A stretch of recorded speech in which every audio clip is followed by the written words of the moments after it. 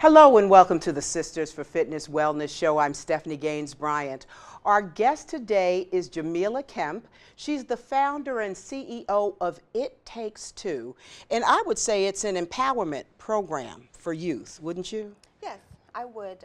It Takes Two. It is an environment where we come together to strengthen our young people. We build them up. We tap into their passions, their desires, their loves, and even the things that they're struggling with, and try to provide a solution to whatever they may be going through, but also to create opportunities for them as well that will ultimately help to set the right pathway for them going forward. Now, let's talk about where you started. What made you come up with this organization? What made you develop this organization? It was a very personal story. When it was time to send my son to kindergarten, I had a decision to make whether we were going to be able to eat for the week or whether I was going to be able to afford his school supplies. With the help of friends and family, I was able to do both. But it was at that time that God laid it on my heart to say, you know, you're struggling with this thing and these things being a single parent, and you're going to help others to overcome those exact same obstacles that you go through. So through It Takes Two, we try to provide a solution to everything that we experience as single parents, from education to self-esteem to leadership, and finding those missing pieces and bringing them in together. So this truly is something that I live every day. I know what it's like. I know what the challenges are. And together as a team, we work to provide solutions. What were the challenges for you as a single parent? It's financial. One income stream, hard to make ends meet.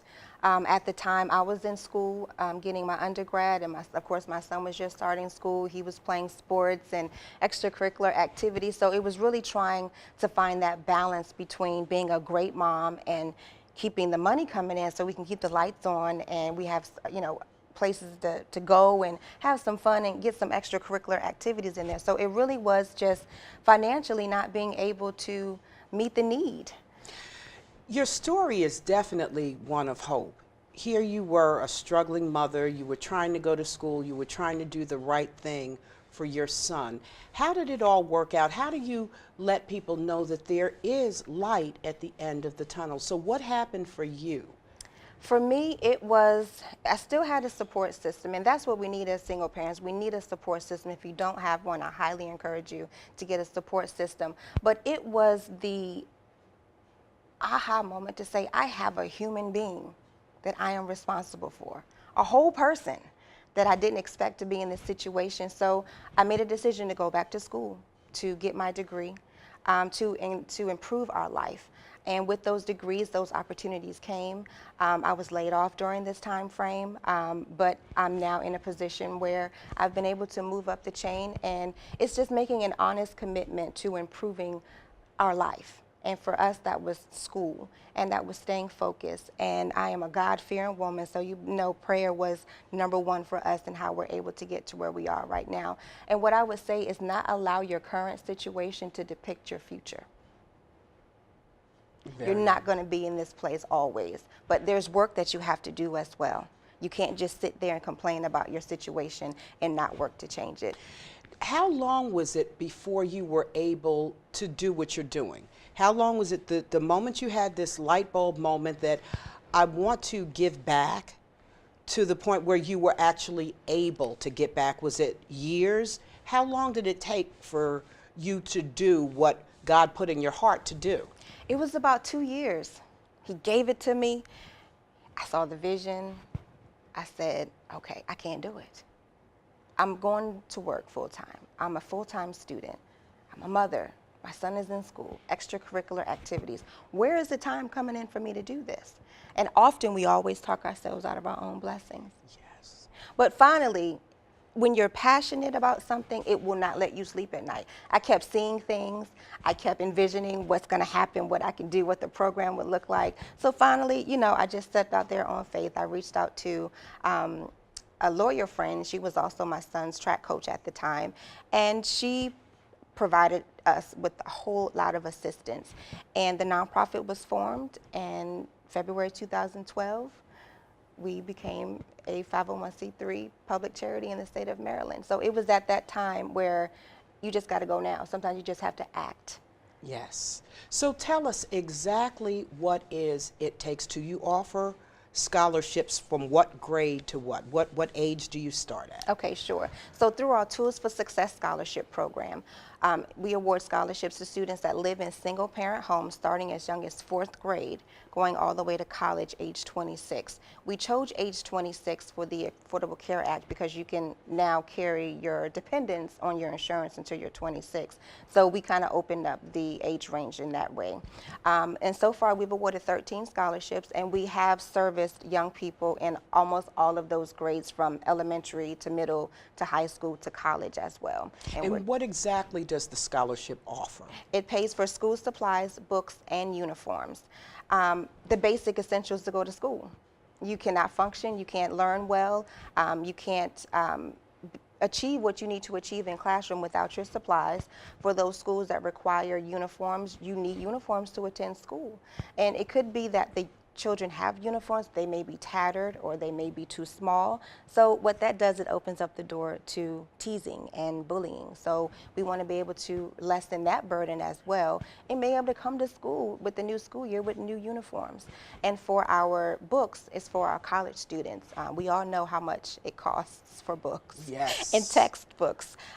So with our college students, we're able to help relieve that financial burden as well by paying for those supplies and anything that it goes on their books, so they can use that for any coursework, any materials, supplies that they need to continue their college education. So what is the trend that you're seeing? Are you seeing more, are you all giving more with the elementary schools, or are you seeing it trending more towards college students? It's starting to trend more towards college students now, excuse me. When we first launched, we had a lot of fourth and fifth grade students, which was great because I love going out to shop for them and deliver the supplies to them.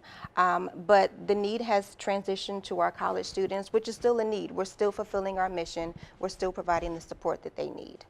But I want it to be known that we are open to fourth, fifth, sixth, middle school, high school, all the way up, because that's where you start. You have to matriculate your way through to college, so you have to have a great beginning. Where do you find your students? We advertise everywhere. We're on social media. We also promote throughout the school systems, Prince George's County public school systems, Anne Arundel County, and we just added Baltimore City and Baltimore County last year to our service areas. So we're really connecting with the schools, the guidance counselors, other nonprofit organizations who focus on youth, and just sheer word of mouth. And social media has been a major impact in us spreading the word about our scholarship availability. You also deal with not only giving these scholarships to the students, you also deal with efforts to try to empower these students in many ways. Tell us about that. Sure, absolutely. We formed a new program called Position for Greatness Youth Program. And what we've done is we've put all of our life skills under one umbrella. That's bullying, financial literacy, college and career readiness, and youth entrepreneurship as well. We try to speak to their social issues that they may come across, which is bullying, which is major, unfortunately. It is a major issue. So we have to always have that conversation. It cannot just be in October. What is your conversation with them? Our conversation is identifying it. What are the signs? Your friend may be somebody completely different one day. That may be a trigger. That may be something to say, hey, I need to go check on this person. It's also making sure that you're not being the bully, how you carry yourself and how you interact with other people. We also talk about what happens when you see someone being bullied. What do you do? And the answers vary on that. And our young people are very smart. When you sit down and have a true conversation with them and allow them to speak. We also need to have that conversation with our teachers and guidance counselors and anyone who has any sort of connection with our young people. You ought to be trained on the signs. What can you do? What point of intervention is needed so that we can prevent suicide? Because ultimately, that is the answer for our young people is, I don't want to be here anymore. We're not teaching them how to cope, how to handle life. Life is going to throw a whole bunch of things at you, and it's not fair. But if they at least know how to cope, then we can save some lives. But it's going to take all of us. It's going to take a village to really step in and help our young people, because that's what it is, a cry for help.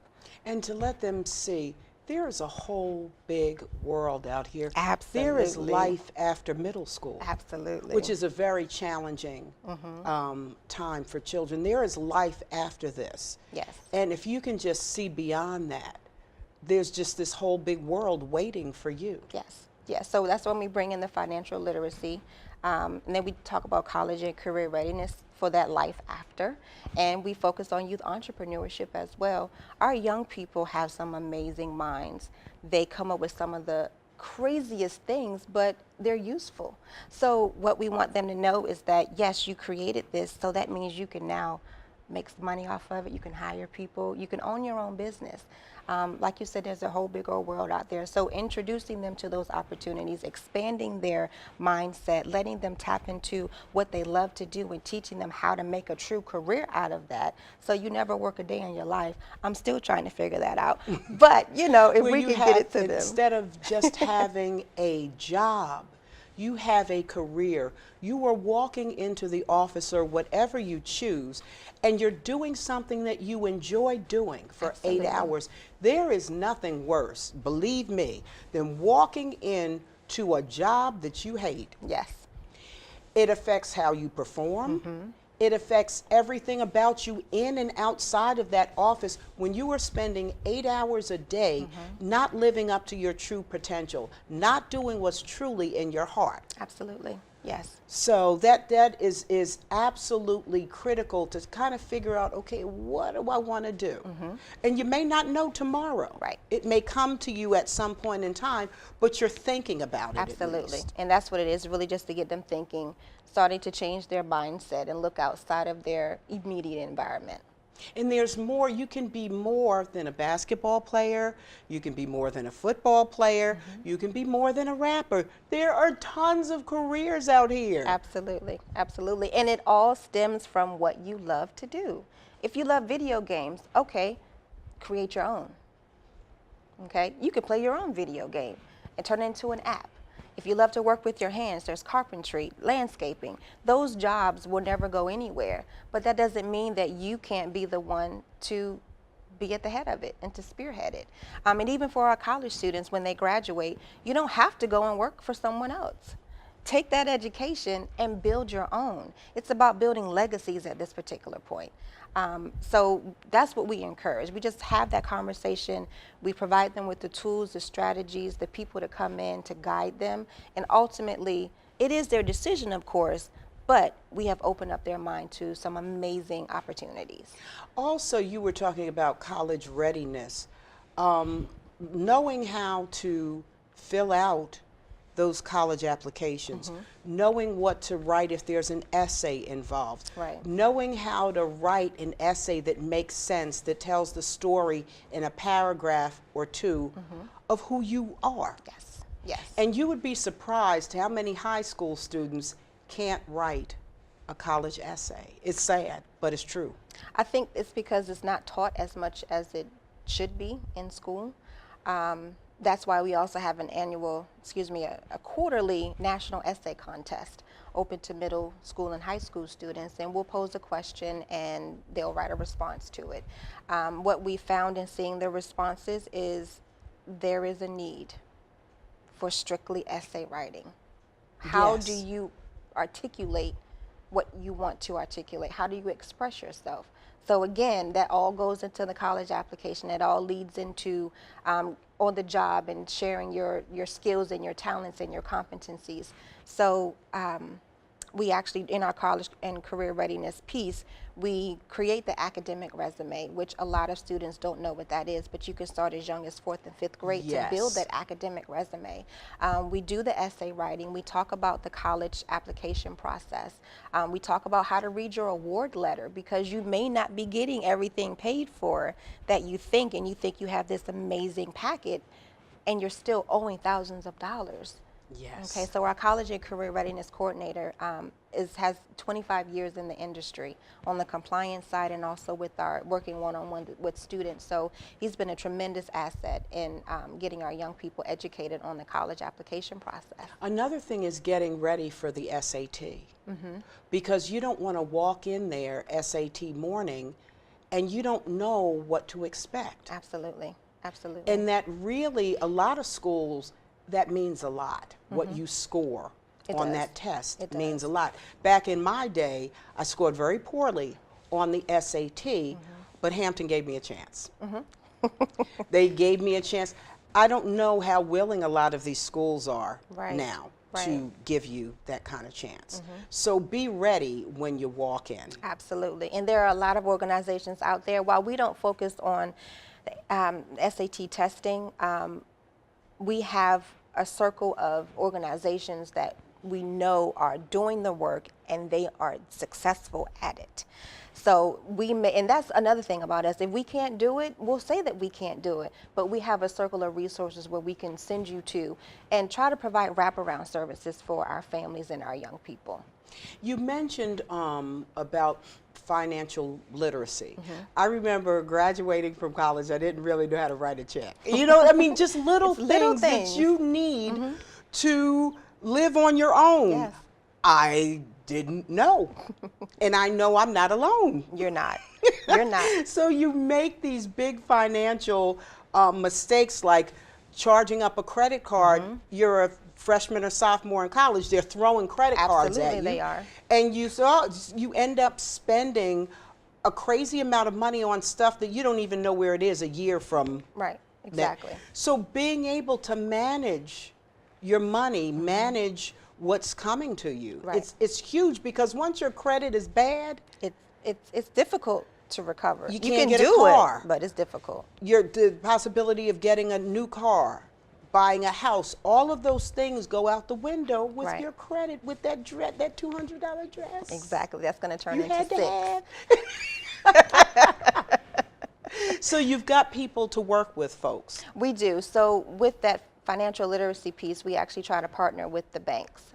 We've partnered with PNC in the past and sat around the table and they walk them through, your balance, and here's some deductions, how much do you have left, and opening up a checking account, seeing what that is, the difference between a checking account and a savings account. And we try to teach our young people, if you get money, don't spend all of it. Some of it should go here to save so that you have a nest egg and that you can save it for a rainy day. So again, it's having the conversation, it's getting them in front of the right people. And our focus for financial literacy coming up this summertime is really to get hands-on, go to the bank, open up the account, show them how to deal with the teller. All of that is really hands-on, and I think most of our young people learn in a hands-on environment. You can talk at them or talk to them, but for some, they really need to get engaged to comprehend. So we try to fill that need however we can. So you've got something coming up this summer. Yes, it's not in the works just yet, so I don't want to provide too too much about it, but we will be engaging in some saving and open up accounts and savings bonds and things along those lines as well. So when do you start with the school supply thing? You start at the beginning of the school year. Are you guys working on it now? We will be opening that up soon, because what we do, we kind of take, our idea was to do a supply drive 365, which means we collect supplies all year round so that it's not a mad rush in the summertime to collect school supplies and to disperse them. So we have been collecting supplies all year round, and we have been stockpiling them. But our major launch is going to start in June, where we're going to be collecting school supplies. And through It Takes Two, we support the Anne Arundel County Back to School program, where we adopt 15 students from single-parent homes in Anne Arundel County and provide them with school supplies. We have our Poetry in Motion fashion show coming up in September, which will also be a book bag giveaway and a school supply drive as well. So there's quite a few things coming up that will help us to get in the necessary supplies that we need. And the goal is whoever we're able to support, we support them all year round. So this is an extension of our scholarship program, completely separate. So through this, you ask people for donations and then you guys go out and get the supplies? Yes. Or do people bring you supplies, or how does that work? Sure. So you can donate. You can just go to our website and donate. You can also purchase the supplies yourself, and our representatives will meet up with you, and we deliver them to the families. Okay, so it's several different ways. Yes. that you can operate. And of course, at the end of the program, we'll give all of your information and people who are interested in donating and stuff. And you also mentioned that you all are putting together fashion, poetry. Yes. Tell us about that. Yes, so I love this event. It's called Poetry in Motion, and we've been partnering. This will be our 4th year that we're going to be having it, and we're fusing poetry and a fashion show. So we have young people who perform, and it's an all-youth event. So we have our models who are youth, and we have our young people who recite poetry. They can read it, or it can be verbatim, it can be off memory. And that encourages writing. It does. It encourages creativity. It does. Wow. It does. And then we also have young entrepreneurs who are there as our vendors. So last year we had 5 young people, and we don't charge them anything. That's not what we're in this for. Any money that they make goes right back into their business. They get promoted throughout the event, during the event, and after the event. And some of our young people have gone to do some amazing things. So it's giving them the opportunity to say, oh my gosh, I have my own business and I'm going to be at this fashion show, and I made X number of money, and now I have this whole new community of people who what support. Where do the fashions come from, or did the kids create their own, or how does that work? With our partner Visions Performing Arts Company, she handles all of that. So we stay in our lane. Okay. I am on the logistical side. We're on the logistical side for It Takes Two and getting the poets together, and she handles all of the modeling and all of the clothing. But for this year, we would love to have some actual designers, come out and provide clothing. And if it's young people who are designing clothes, we would love for their attire to be on the runway. We would love that. So you hear that? So we are in planning mode. We were just talking about it a couple of days ago. So right now it's tentatively set for the end of September. Tell us some success stories that you've seen. This has been, you said, 5 years now? 5 years, yes. 5 years. So you've seen a lot over these 5 years. Yes. Tell us some of the success stories. We've heard your own success story. Tell us some success stories of some of the students that you've helped, that you've seen go on to do some great things. Sure, absolutely. Micaiah Dunnigan came to us in 2013-14. She was in 10th grade at that time at Flowers High School. And we were able to provide school supplies, uniforms, and clothing for her as well. And she has an amazing spirit. She lost her mother at a young age. So it's her father and her siblings and her grandmother. She's fearless. I mean, she graduated from high school with, I believe, a 4.2. She was in SGA. She was in drama. She is now a sophomore at Penn State. Wonderful. And I think she still has a 4.2 or a 4.3. She works, and she's in the drama there. She's on the choir. So I would say that all of our young people are a success story, but to actually see her start from here and to go here, it is just, that's what keeps us going. When the funding may not be there, and the people are not coming to the events, or you may not think things are going the way that they should be going, you look at these types of success stories and say, okay, let's keep going. We've been able to provide Toys for Tots for the family, and we try not to just deliver the money or the scholarship. We really do try to stay engaged with the families and attend their events. I went to her graduation. I told her I still need to pop up to Penn State on her just to check in on her. But it's those types of success stories that allow us to do the work that we do. Another young man, they just didn't have it. And the mother was just so grateful for what we were able to do. And it allowed her to do other things to live and manage her household. So again, it's relieving that financial burden just a little bit to make life easier. We have a lot of parents out here, and we were talking off air about this, who have needs, but they're very proud, and they don't want to ask for help. And the child ends up begging because they really don't have, but the parent is far too proud. How do you deal with situations like that? Well, We don't see it face to face, but I know that when parents see that scholarship opportunity, they want to apply for it because you then have to let somebody know of your financial situation. So what I would say is this is a judgment-free zone. We're here to help you. At one point, I could say that I sort of felt that way. I didn't want people to know I was struggling too much because you're supposed to have it all together. You're supposed to be the strong one, and you know, it's not like that all the time. So I would just encourage any parent, if you have the need, allow us to fill that need. Because your pride, I had to swallow that when you have someone that you're responsible for ultimately in raising and growing up and feeding and clothing. So look at your child and put your pride aside. And if you need the support, just reach out, whether it's to us or any other organization who's able to assist you. You know, from a outsider's perspective, I don't know you, I never met you before today. When you look and see that from the moment you came to the decision that you wanted to start this organization, 2 years later you're making it happen, do you know how amazing that is?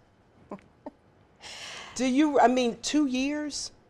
Do you know some people, it takes a lifetime and they never make it happen? Right. Or the faith it took to take that step and you didn't know whether that ground under your foot was solid? Right, absolutely. Do you know how amazing that is? Every now and again, I have to step back and say, wow. I actually just made a post on Facebook. I said, this place that I'm in right now, I didn't see it, but God knew it. You know, every trial, tribulation, tear, struggle, everything prepared for now.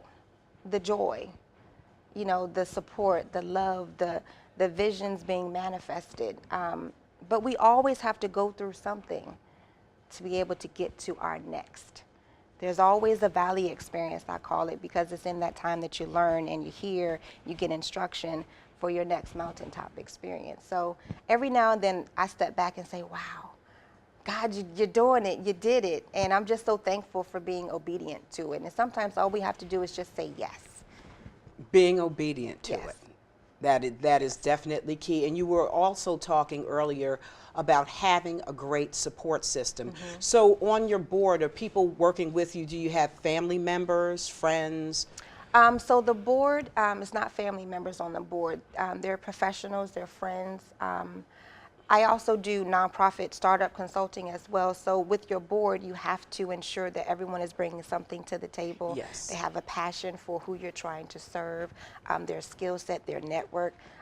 Excuse me, so all of those resources, excuse me, we have an amazing team.